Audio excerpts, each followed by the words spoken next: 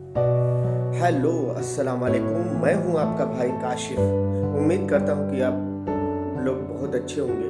मैं आप लोगों के लिए आज एक बहुत ही दुख भरी स्टोरी लेकर के आया हूं। यकीन मानो कि आप भी ये स्टोरी अगर पूरी सुनेंगे तो सोचने पे मजबूर हो जाएंगे। उम्मीद भी है कि रो भी देंगे। स्टोरी यूं है कि एक फैमिली होती है। उनके घर में 2 बेटे पहले से होते हैं और एक बेटी आ जाती है, तो खुशी, उस घर में खुशी बहुत ज़्यादा हो जाती है और पूरे घर की वो बेटी लाडली रहती है। वक्त गुजरने के साथ में अब वो स्कूल जाती है, तो उसको लाडो प्यार उसके भाई, उसके दादी दादा, उसके माँ बाप, सब पूरा घर उसको बहुत लाड करता है। स्कूल में जाती है तो उसी दबंगई के साथ में, उसी जोश के साथ में रहती और वहाँ जाने में, स्कूल जाने में, पढ़ाई में भी बहुत अच्छी थी। और धीरे धीरे वो 10वीं पहुंची, 10वीं में भी अच्छे नंबर से पास हो गई। फिर उसके बाद कॉलेज गई, कॉलेज में भी उसका दबदबा ऐसे ही रहा और शक्ल से भी बहुत अच्छी थी। और सबसे बड़ी बात थी कि उसके बात में जादू था, लोगों को अपनी तरफ पास से ही अपनी तरफ कर लेती थी। उसका अंदाज, रहन सहन उसका बहुत अच्छा था। माँ बाप उसको बहुत मानते थे। उसकी क्लास भी, सब पूरी क्लास उसकी दोस्त थी। इतना अच्छा उसका सलीका अच्छा रहता था। वक्त के साथ साथ होता गया। एक दिन यूं हुआ कि रिश्ता आया। तो इस लड़की से पूछा गया कि ये फला लड़का है, तू शादी करेगी?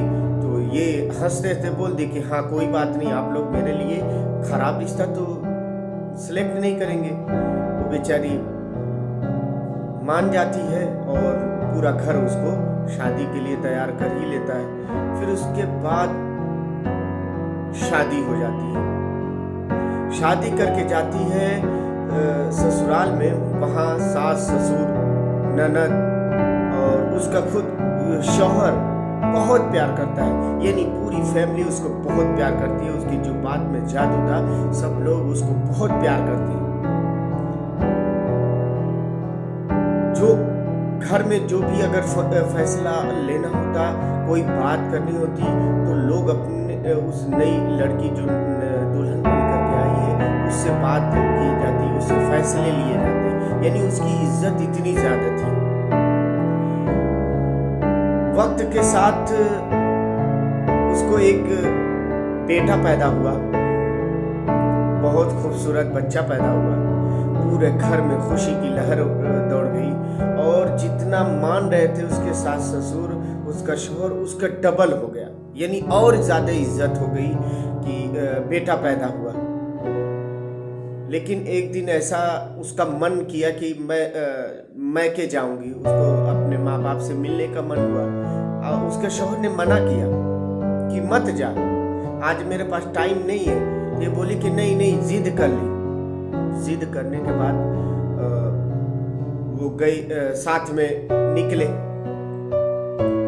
वो लड़की का शौहर, उसका बेटा साथ में जाते हैं। रास्ते में एक्सीडेंट हो जाता है और इतना खतरनाक एक्सीडेंट होता है कि इसके सर में, लड़की के सर में चोट लग जाती है। चोट लग जाती है जिसकी वजह से धीरे धीरे उसके आंख की रोशनी चली जाती है। उसका शौहर, उसका बच्चा बाद में अच्छे हो जाते हैं। लेकिन इसके साथ में प्रॉब्लम ये हो जाती है कि इसकी रोशनी चली जाती है। घर में बेचारी अब बेसहारा हो चुकी थी। शुरू में इसके मैके वाले आते जाते रहे, उसके भाई भी आते रहे, भाभियां भी आती रही, माँ बाप भी आते रहे। धीरे धीरे आना बंद कर दिए, फोन करते रहे। रोज रोज फोन करते करते बाद में कभी कभार फिर फोन भी बंद हो गया। और यहाँ उसके मैके में एक दिन ऐसा होता है कि वो कुछ कर रही थी, तब तक कोई बर्तन गिरा, उस बर्तन के टूटने की वजह से उसके बच्चे को थोड़ी सी हल्की सी चोट लग गई, जिसकी वजह से उस बेचारी को सबसे बड़ी तकलीफ सहना ये पड़ा कि उसके सास ससुर ने कहा कि अब इसकी वजह से बच्चे को नुकसान हो सकता है, इस वजह से बच्चा इसके पास नहीं रहेगा। अब कोई भी औरत अपने बच्चे से कितना लगाव रखती है, उसके लिए बड़ा मुश्किल था, लेकिन फैसला घर वालों का था, सहमति से था तो कुछ कर भी नहीं सकती थी। बेचारी बस उसकी आवाज़ सुन सकती थी दूर से, लेकिन उसका कोई काम नहीं कर सकती थी। उसकी ननद काम करती थी, उसकी दादी काम, उसकी सास करती थी। पूरा घर धीरे धीरे ऐसा हो गया कि कोई काम अब इसका नहीं हो रहा था। लोग बोल देते मैं बिजी हूँ, किसी के पास इसके साथ में बैठ करके बात करने के लिए वक्त नहीं है। इसका शौहर भी बहुत चिड़चिड़ा हो गया था। एक दिन ये बोली कि मुझे मायके पहुंचा दो, मैं मिलना चाहती हूँ, मुझे ज्यादा दिन हो गया, थोड़ा हवा बदल जाएगी। शौहर बड़ी जल्दी से, ऐसा लग रहा था कि शौहर इंतजार कर रहा था कि ये कब कहे और मैं कब पहुंचा दूं। फौरन सामान डाल देता है बैग में और लेके जाके पहुंचा देता है, लेकिन सामान के वजन को देख करके इसको अंदाजा हो जाता है कि लगता है कि अब मुझे वहां नहीं जाना है।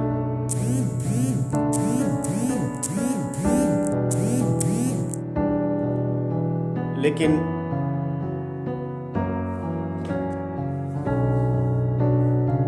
बेचारी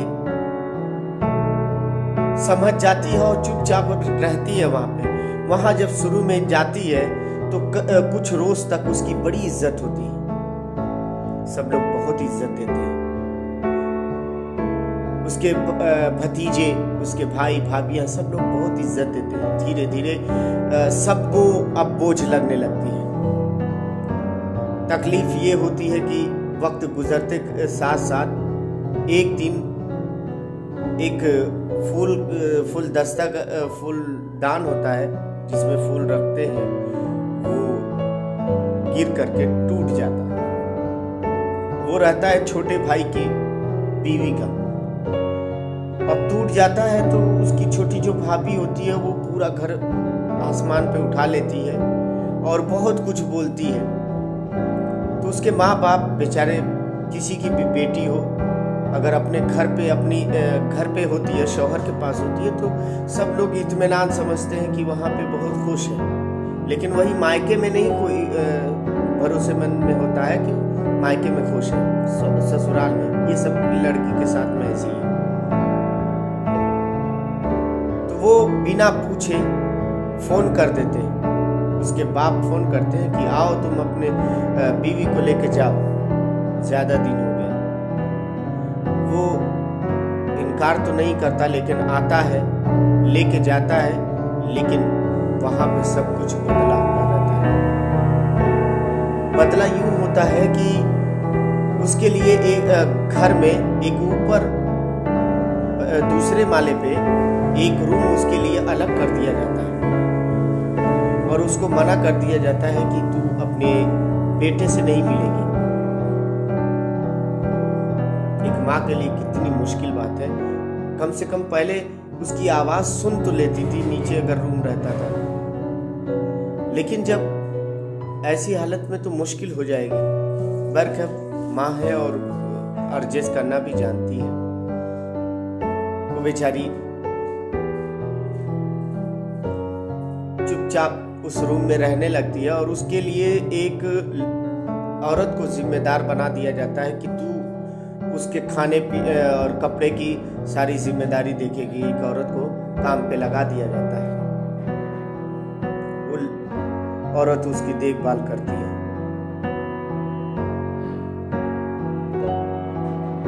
अब आप लोग फैसला ये करें कि बेचारी जो बचपन से इतनी खुश होती थी, खुशकिस्मत, जो किस्मत को लिखा के लाई थी बंदी, उसके हालात कैसे हो गए थे।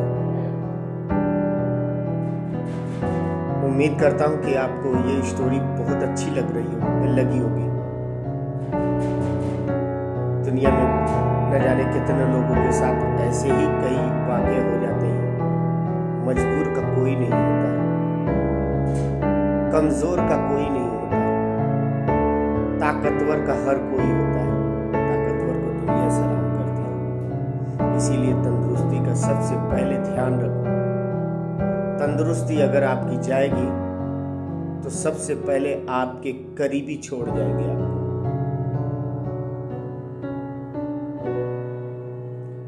उम्मीद करता हूँ कि ये स्टोरी आपको बहुत अच्छी लगी होगी। कैसी लगी कमेंट करके ज़रूर बताएं। लाइक करें, शेयर करें। अगर कोई यूट्यूब पे देख रहा है तो सब्सक्राइब करें, फेसबुक पे देख रहा है तो फॉलो करें।